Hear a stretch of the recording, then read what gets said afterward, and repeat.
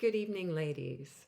So, these 2 weeks, this week and next week, Tyler is helping us to see people within the New Testament who responded in particular ways to the Holy Spirit. And he's using these two sets of scriptural stories to illustrate two extremes to which the church has occasionally tended in relationship to the Holy Spirit. Simon, the magician in Acts 8, illustrates the grabbing after the power of the Holy Spirit without a relationship with the person of the Holy Spirit.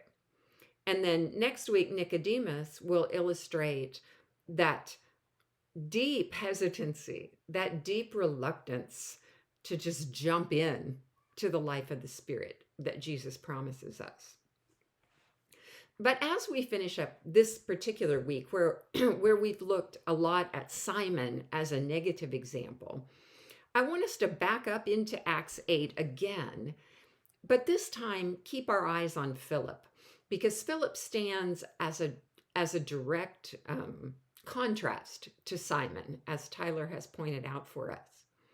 So if we look at Acts 8 and concentrate on the actions of Philip and what they reveal about Philip's relationship to the Spirit, we have some things then that we can grab onto as signposts and markers, directional markers for our own relationship with the Spirit. So just looking at the actions of Philip, the verbs linked to the character of Philip in Acts 8, the first thing we see is that as a result of the persecution and the believers being scattered, Philip went to Samaria and began preaching the message of Jesus.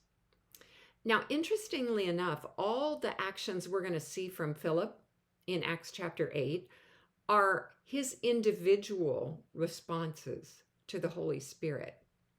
But if we back things up, we know that Philip must have been part of the Jerusalem community, because he becomes one of those who are scattered from that community.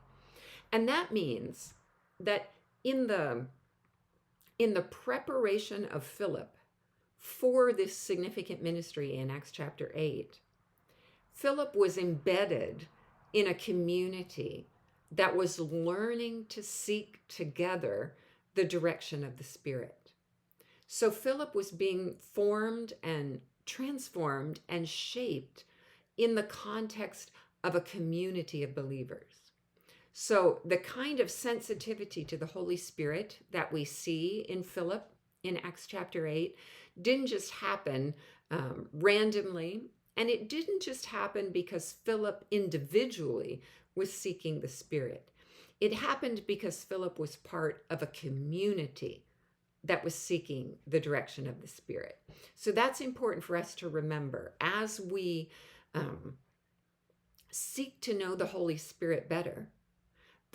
The primary place to do that is in the context of a community, whether that's a Sunday school class or a discipleship band or even the whole local congregation.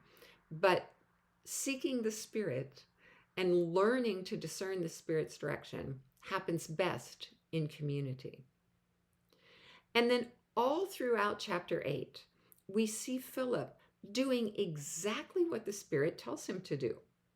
Verse 26, after he's had this amazing ministry in Samaria, the Spirit says, get up and go. And so Philip got up and went. And then in verse 29, the Spirit says to him, go and speak to this man who's in the chariot. So Philip went and spoke. And we see this correspondence between the Spirit's whispers and Philip's actions. Full obedience. And that's possible because there's full attentiveness on Philip's part to the Spirit's leading. And there's also full willingness on his part to do the whole thing. We see Philip going, we see Philip preaching, we see Philip doing exorcisms and signs and wonders, fulfilling what Jesus said, the works that you have seen me do, you will do these also.